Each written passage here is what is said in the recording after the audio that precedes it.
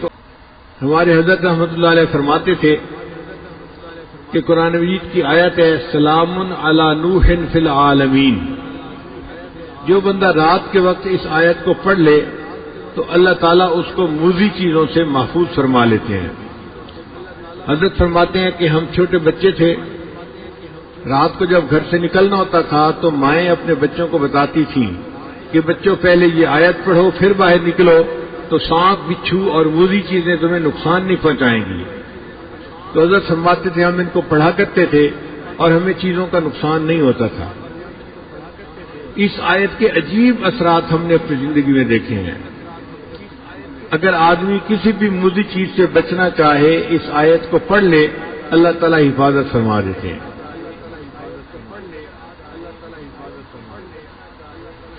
ہمیں سفر میں کئی مرتبہ مشکل پیش آتی ہے۔ ہمارے بیگ کے اندر کتابیں ہوتی ہیں مطالعے کے لیے یا بیانات کے نوٹس وغیرہ ہوتے ہیں، اور آج کل مختلف ملکوں میں ایئرپورٹ کے اوپر دینی لٹریچر جو ہے اس کی بہت زیادہ سختی ہے۔ یعنی ایسے تو کسی کے پاس سے اسلحہ نکل آئے تو اتنی سختی نہیں کرتے جتنا دینی کتاب کوئی نکل آئے تو اس پر سختی کرتے ہیں۔ ایک مرتبہ دبئی ایئرپورٹ پر میرا چھوٹا بیگ تھا، ہینڈ کیری جس کو کہتے ہیں، اس میں بیانات کے پیپر تھے۔ تو جب پاسپورٹ چیک کروانے کے بعد ہم آگے نکلے تو مشین والے نے چیک کیا اور اس نے میرا بیگ کھول کر دیکھا اور مجھ سے پوچھا کہ یہ کیا ہے۔ میں نے اسے بتایا کہ بھئی یہ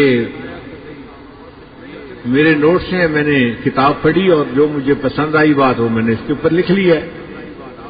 خیر وہ بندہ خاموش ہو گیا، اس نے بیگ بند کر دیا۔ جب آگے نکلے تو آگے ایک اور بھی چیک پوسٹ تھی، انہوں نے دوبارہ پھر بیگ کو چیک کیا۔ میں بڑا حیران، بھئی ایک دفعہ چیک کر لیا ہے تو کافی ہے، دوسری دفعہ پھر چیک کیا۔ اب جب انہوں نے چیک کیا اور بیگ کھولا تو اس کے اندر کاغذات کو دیکھتے ہی پولیس والا فون کرنے بیٹھ گیا۔ اب میں حیران سوچ رہا ہوں کہ یا اللہ، یہ اپنے کسی افسر کو بلاتا ہے یا کس کو بلاتا ہے اور اس کو کیا چیز نظر آ گئی جو اتنی اہم ہے کہ کسی کو بلانے کی ضرورت پڑ گئی۔ تھوڑی دیر کے بعد ایک خاتون آ گئی اور اس نے آ کے میرے بیگ کو دیکھنا شروع کر دیا۔ اب وہ ایک ایک کاغذ کو پڑھ رہی تھی۔ اللہ کی شان کہ اس میں بخاری شریف کی جو اختتامی حدیث ہے اس کے نوٹس تھے۔ اس نے دیکھتے ہی مجھ سے پوچھا یہ بخاری شریف کی آخری حدیث کے نوٹس ہیں؟ میں نے کہا اچھا تم تقریریں کرتے ہو؟ میں نے کہا جی۔ پھر اس نے کہا اس کا مطلب یہ ہے کہ تم عالم ہو، یہاں بھی تقریریں کرو گے؟ میں نے کہا نہیں، ابھی تو میں یہاں پر 2 دن رکنے کے لیے آیا ہوں، پھر میں آگے جاؤں گا۔ وہ کہنے لگی کہ میں عالمہ ہوں اور مجھے انہوں نے صرف اسی لیے رکھا ہوا ہے کہ میں لوگوں کے پاس جو دینی لٹریچر ہے اس کو دیکھوں اور ان کو یہاں پہ روکوں۔ پھر اس نے میرے سارے نوٹس دیکھے، ان کے عنوان پڑھے، تو مجھے کہنے لگے کہ آپ کسی خاص فقہ کے اوپر تقریریں کرتے ہیں؟ میں نے کہا نہیں، میں مسائل کے بارے میں تقاریر نہیں کرتا، میں اصلاحی تقاریر کرتا ہوں۔ تو اللہ نے اس کے دل میں نرمی ڈال دی۔ وہ مجھے کہنے لگی کہ آپ اپنے بیگ کے اندر کاغذات نہ لے کے چلا کریں، آپ کو کسی دن ایئرپورٹ پہ روک لیا جائے گا اور آپ کو جو ہے مشکل میں پڑ جائیں گے آپ۔ اب ہمیں فکر لاحق ہوئی کہ یا اللہ، یہ تو روز کا معاملہ ہے، کریں تو کیا کریں؟ پھر وہ مجھے کہنے لگی تھی کہ آپ یہ نوٹس کیوں ہر وقت ساتھ رکھتے ہیں؟ کتابیں آپ نے کیوں رکھی ہوئی ہیں؟ یہ 2-3 کتابیں تھیں۔ میں ان کا مطالعہ کرتا ہوں ہر وقت بیٹھ کے۔ پھر وہ حیران ہو کے پوچھ لگی کہ آپ کتابیں پڑھتے رہتے ہیں؟ تو میں نے اسے کہا کہ اس عمر میں اب کتابیں نہیں پڑھوں گا تو کیا ویڈیو گیم کھیلوں گا بیٹھ کے؟ تو اس بات پہ وہ ہنس پڑی، کہنے لگی اچھا ٹھیک ہے آپ جائیں۔ تو میری جان چھوٹ گئی۔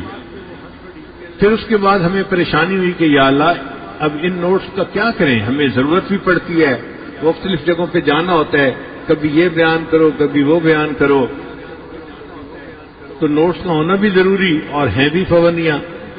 تو ذہن میں خیال آیا کہ ہم قرآن مجید کی اس آیت کو کیوں نہ پڑھ لیا کریں۔ چنانچہ اس کے بعد تقریباً 8 سال ہو گئے ہیں یا 10 سال، میں جہاں جس ایئرپورٹ پہ بھی جاتا ہوں، جہاں بیگ چیک کرنے کی مشین ہوتی ہے یا عملہ ہوتا ہے، میں یہ آیت پڑھ کے ان پہ پھونک دیتا ہوں، وَجَعَلْنَا مِن بَيْنِ أَيْدِيهِمْ سَدًّا وَمِنْ خَلْفِهِمْ سَدًّا فَأَغْشَيْنَاهُمْ فَهُمْ لَا يُبْصِرُونَ۔ اللہ کی شان دیکھیں کہ پچھلے پھر 8-10 سال میں تک کسی نے کبھی مجھے کھڑا نہیں کیا۔ تو جہاں آپ کو کسی موذی سے ایذا کا ڈر ہو، اس وقت یہ آیت اگر پڑھ دی جائے تو یہ انسان کو فائدہ دیتی ہے۔ پھر ہم نے اس کا تجربہ اور بھی کیا کہ مثلا ایک بچی ہے، اس کی شادی ہوئی اور اب اس کو ساس بہت تنگ کرتی ہے، اس نے جینا حرام کیا ہوا ہے، یا اس کی نند ہے وہ اس کو تنگ کرتی ہے، تو ہم نے کہا کہ بھئی آپ صبح صبح اٹھا کریں، فجر کی نماز بھی پڑھا کریں اور یہ آیت پڑھ کے ان پہ دم کر دیا کریں، اللہ تعالیٰ ان کے شر سے حفاظت فرمائیں گے۔ ہم نے جتنے بندوں کو یہ بات بتائی 100% اس کا نتیجہ پایا ہم نے، ہر بندے نے کہا اللہ نے ہمیں ان کے شر سے نجات عطا فرما دی۔ پھر اس کا ایک اور بھی استعمال ہے کہ بعض بچیاں گھر سے نکلتی ہیں تو اوباش لڑکے ان کو تنگ کرتے ہیں، کالجوں یونیورسٹیوں میں جو لڑکیاں جاتی ہیں، تو اگر وہ اس آیت کو پڑھ کے پھونک دیا کریں تو راستے میں کوئی ان کو تنگ نہیں کرے گا، کسی سے ان کو ایذا نہیں ملے گی، اللہ ان کی حفاظت فرمائیں گے۔ تو اس آیت کے بہت سارے فوائد ہیں جو انسان ظاہری زندگی میں بھی حاصل کر سکتا ہے۔ وَجَعَلْنَا مِن بَيْنِ أَيْدِيهِمْ سَدًّا وَمِنْ خَلْفِهِمْ سَدًّا فَأَغْشَيْنَاهُمْ فَهُمْ لَا يُبْصِرُونَ۔ اور مجھے تو یہ بات سمجھ میں آتی ہے کہ اب اگر کوئی فوجی ہو تو وہ اس سے بہت فائدہ اٹھا سکتا ہے، چونکہ وہ تو دشمن کے سامنے ہوتا ہے۔ اگر وہ پڑھ کر اس کو پھونک دے، اللہ تعالیٰ دشمن کی نظر سے اس کو اوجھل فرما دیں گے، وہ سامنے بھی ہوگا تو دشمن اس کو نہیں دیکھ سکے گا اور اس کو نہیں تکلیف پہنچا سکے گا۔